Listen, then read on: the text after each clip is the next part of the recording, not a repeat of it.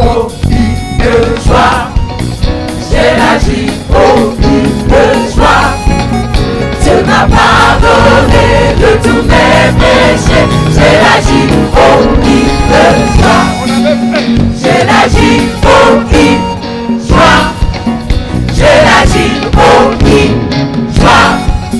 Dieu m'a pardonné de tous mes péchés. J'ai la J-O-I joie. J'ai la J-O-I joie. J'ai la J-O-I joie. Dieu m'a pardonné de tous mes péchés. J'ai la J-O-I joie. J'ai la J-O-I joie. J'ai la J-O-I joie. Dieu m'a pardonné de tous mes péchés. J'ai la J-O-I joie. J'ai la joie. J'ai la joie. Dieu m'a pardonné de tous mes péchés. J'ai la joie. J'ai la J-O-I de joie. J'ai la J-O-I de joie. Dieu m'a pardonné de tous mes péchés. J'ai la J-O-I de joie. Alors, ce soir, je voulais tout simplement vous dire quelque chose ce soir. Je suis tellement dans la joie de voir toutes ces multitudes de personnes qui est venues louer Dieu, chanter, célébrer Dieu. Vous savez, il y a une histoire dans la parole de Dieu, dans la Bible, qui explique qu'il y avait 10 lépreux, 10 personnes. Alors, 10 lépreux, ils sont venus voir Jésus. Et ils criaient parce qu'ils étaient... Vous savez, la lèpre, c'est une des maladies que le monde ne voulait rien savoir. Et ils étaient abandonnés, rejetés. On les laissait même hors de la ville parce qu'ils sentaient tellement. La lèpre est une des maladies la plus horrible. Alors, ils ont entendu que Jésus était en train de passer quelque part. Ils ont entendu parler de Jésus. Et c'est là où ils ont commencé à pousser des cris en disant: Jésus, fils de David, ayez pitié de moi. Ayez pitié de nous. Ils étaient 10. Et les 10 criaient tellement fort. Ils criaient tellement fort. Ils criaient fort. Parce que leur cas était incroyable. Il faut être à leur place. Abandonné de tous. La Bible dit que Jésus il compassion d'eux. Et qu'est-ce qu'il a fait? La Bible dit qu'il les a dit seulement: allez vous présenter au sacrificateur. Et la Bible dit qu'ils ont pris la route et ils s'en allaient. Mais écoutez-moi, ce qui m'a touché, c'est que le long de leur voyage, ils se retrouvèrent tous complètement guéris, mais il y a une seule personne qui est revenue dire à Jésus: merci par rapport à tout ce que tu as fait. Jésus regarde et a dit: mais vous étiez 10. Où sont les 9 autres? Où sont les 9 autres? Je vous dis quelque chose. En regardant l'état de ces 10 lépreux, je ne sais pas quelle est ta situation ce soir. Nous sommes en train de louer, nous sommes en train de chanter. Mais, messieurs et dames, j'aimerais vous dire quelque chose. Nous avons voulu amener Jésus, sortir parfois des 4 murs des églises. Parce que Jésus n'est pas une religion, mais il est une personne. Jésus n'a rien à voir avec toutes les religions. Est-ce que si vous regardez bien dans notre monde, sur notre planète, si vous regardez bien, la plupart des guerres est causée par les religions. Les religions sont à la base de toutes les guerres. Mais quand Jésus est venu sur la terre, il n'a pas amené une religion, parce que ça serait une religion en dépit d'autres religions. Mais quand Jésus est venu sur la terre, il a amené une relation. Il y a une différence entre religion et relation. Il y a une différence entre une religion et une relation. Et ce soir, tu es libre. Tu peux commencer une relation, mais avec lui. Tu te rends compte, un jour, Jésus a dit, je suis la vérité. Il n'a pas dit, je connais la vérité. Il a dit, je suis la vérité, je suis le chemin et je suis la vie. Et il termine en disant, personne ne verra Dieu autrement que par moi. Il n'a pas dit, je connais le chemin. Il a dit, je suis le chemin. Il n'a pas dit, je connais la vérité. Il a dit, je suis la vérité. Il n'a pas dit, je connais la vie. Il a dit, je suis la vie. Messieurs et dames, j'ai eu l'opportunité de sillonner les 5 continents du monde. J'ai eu l'opportunité de sillonner les 5 continents. J'ai parlé à toutes les couleurs possibles dans les 4 coins du monde. Les gens n'ont pas besoin de religion, mais ils ont besoin d'une relation, mais une relation avec Dieu. Mais cette relation, on dit souvent, tout chemin conduit à Rome. Mais oui, tout chemin peut te conduire à Rome, mais ce n'est pas tout chemin qui te conduit à Dieu. C'est seulement ta relation avec Jésus qui est mort à la croix pour toi et pour moi qui peut te conduire à Jésus, à Dieu. Il est le chemin. Les amis, je sais que nous vivons dans un monde où, quand vous voulez seulement parler de Jésus, directement les gens disent, ah non, quelle religion? Nous ne parlons pas d'une religion. Je ne parle pas d'une religion. Mais je parle de la personne de Jésus. Et il est ici. Ce soir, il est ici. Ce soir, ce qu'il a fait, il y a de cela 2000 ans, il a guéri des malades, il a pardonné le péché. Ce soir, il est ici. Je ne sais pas, je ne connais pas ton cas. Je viens d'arriver du Pakistan. Je viens du Pakistan. J'ai rencontré des milliers de personnes. Ils étaient bourrés de leur religion. Mais leur religion, la religion ne pouvait pas donner la vie. La religion ne pouvait pas lever quelqu'un d'une chaise roulante et marcher. La religion ne pouvait pas guérir un cancer. Mais je vis de mes propres yeux Jésus, parce qu'il a dit que là où on parlera de mon nom, je serai là. Maintenant même que je vous parle, il est ici. Je vis des personnes au Pakistan. Je vis des personnes en Suisse, je vis des personnes en Belgique, je vis des personnes en Australie, je vis des personnes au Japon, je vis des personnes partout, à Hawaï, je vis des personnes en Afrique, je vis des personnes auxquelles leur cas était impossible. La médecine a dit impossible. Mais ce qui est impossible aux hommes, Dieu le dit, c'est possible à Dieu.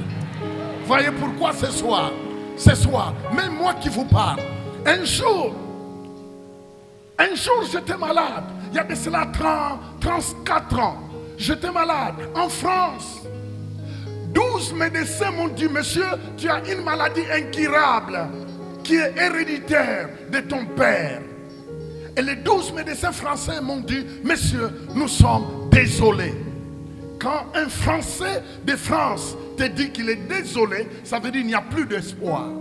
Et c'est ça qu'on m'a dit, moi qui vous regarde, moi qui vous parle. C'est ça qu'on m'a dit. À 7 h du matin, les 12 médecins m'ont dit, messieurs, nous sommes désolés. Effectivement, quand la science, quand l'homme dit qu'il est désolé, Dieu n'est pas désolé. Je les ai regardés, je dis oui, messieurs, j'ai regardé le médecin, je les ai dit, oui, vous êtes désolés, mais celui qui m'a créé n'est pas désolé. Nous avons été créés. Notre source, c'est Dieu. Quand tu achètes une voiture marque américaine, quand la voiture tombe en panne, vous devez chercher des pièces de rechange en Amérique parce que la voiture a été fabriquée en Amérique. L'homme a été créé par Dieu. Dieu seul connaît chaque partie de l'homme. Dieu seul te connaît tel que tu es. Notre frère venait de dire que Dieu vous connaît. Il a appelé des noms. Il dit, Dieu te connaît. Vous n'êtes pas ici ce soir par hasard. Ce n'est pas un hasard. En fait, Dieu te tend la main ce soir. Dieu te tend la main ce soir. Dieu te tend la main ce soir. La paix, on ne l'aura jamais avec des congélateurs remplis. La paix, on ne l'aura pas par la drogue, ni le sexe, ni l'alcool, ni quoi que ce soit. La paix du cœur ne peut venir que de Jésus. C'est parce qu'il est mort à la croix pour nous réconcilier avec Dieu. Jésus n'est pas mort à la croix pour lui, mais il est mort à la croix pour moi et toi. Parce que le péché nous a séparés de Dieu. Dieu t'aime tellement qu'il ne veut pas te perdre. Vous savez, si je prends cette pièce de 2 $, si je le jette sur la métropole ici, tous les camions vont passer dessus.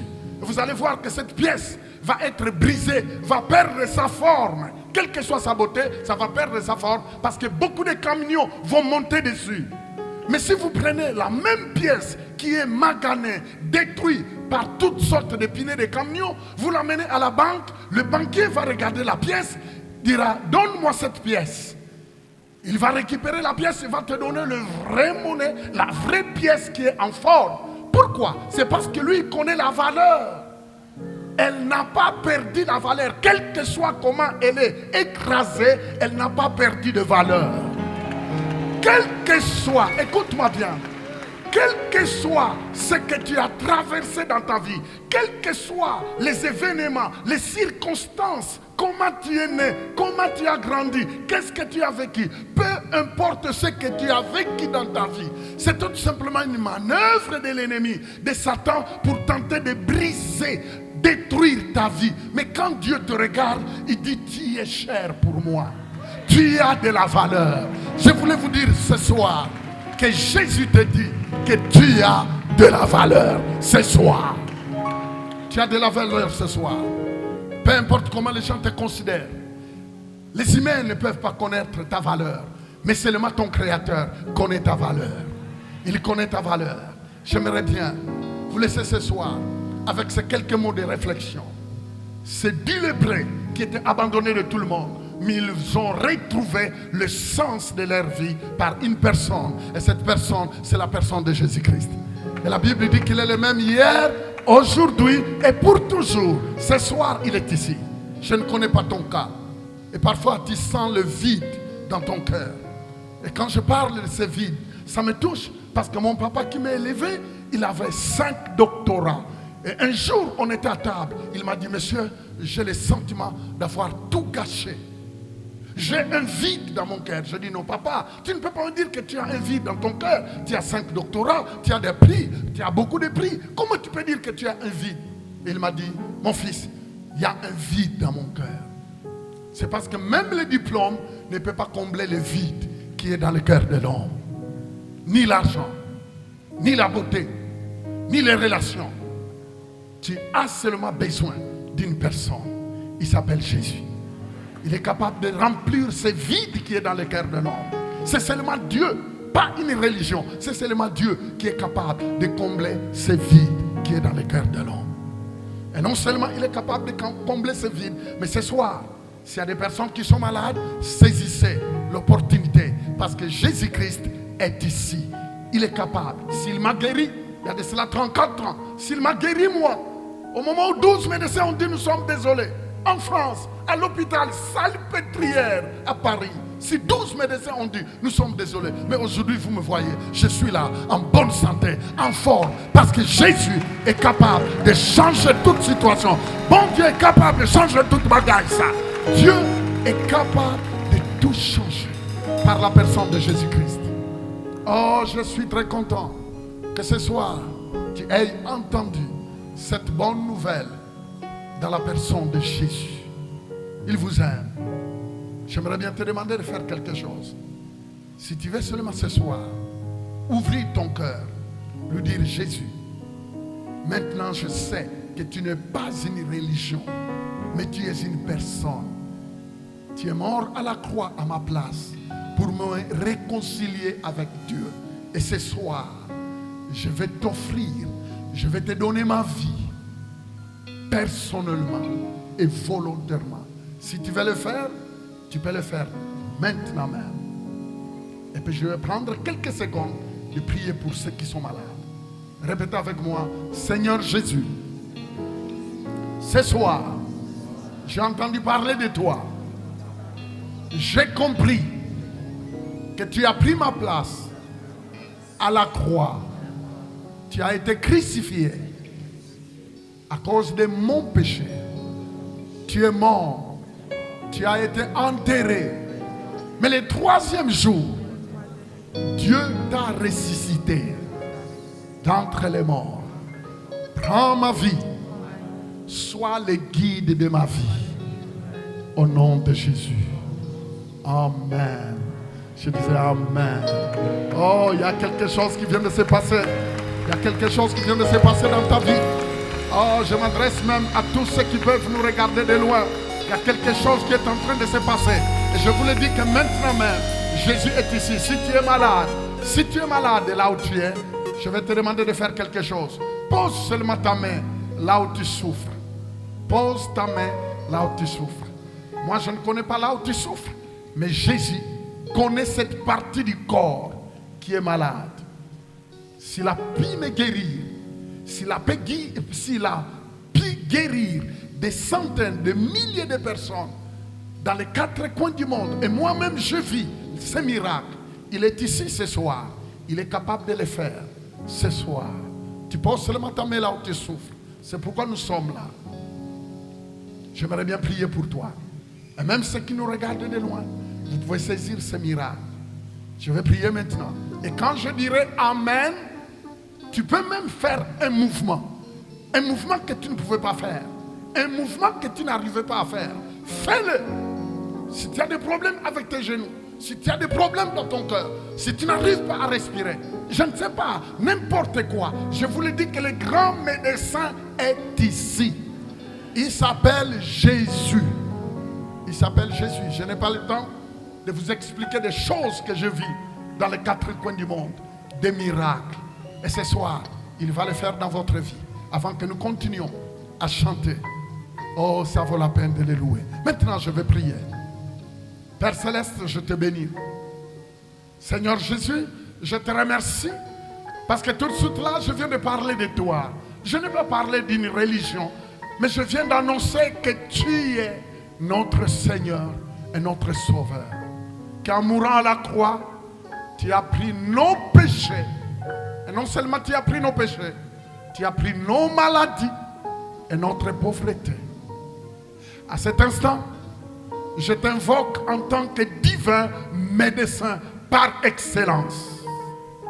Je te demande maintenant, au nom de Jésus, de toucher chaque partie du corps malade.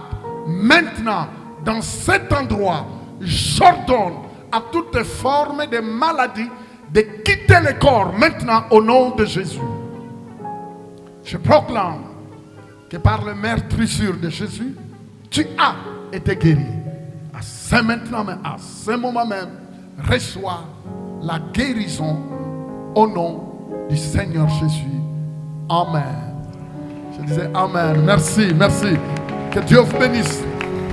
Si tu avais des problèmes, tu peux te lever. Si tu avais des douleurs, tu peux faire des mouvements. Tu es guéri ce soir au nom de Jésus. Que Dieu vous bénisse. Alors vous pouvez nous suivre tous les dimanches. Je crois que certainement on vous a donné un signal. Suivez-nous en direct. Et non seulement tu peux nous suivre en direct, mais tu peux nous rejoindre tous les dimanches à 9h du matin. À 9h du matin, mais il faut venir vite parce qu'il n'y a pas assez de place. À 9h du matin, au 2305 rue Holt. Ou bien sur le signe qu'on vous a donné, vous pouvez taper sur l'ordinateur et vous verrez l'adresse. Là où nous nous réunissons tous les dimanches, comme demain, à 9h du matin. J'en suis sûr et certain que si tu invites un ami, en sortant de cet endroit-là, tu diras, ça valait la peine. Que Dieu vous bénisse. Je vous aime beaucoup. Je suis Monsieur Fofi Ndelo. Je m'appelle Monsieur Fofi Ndelo. Que Dieu vous bénisse. Merci.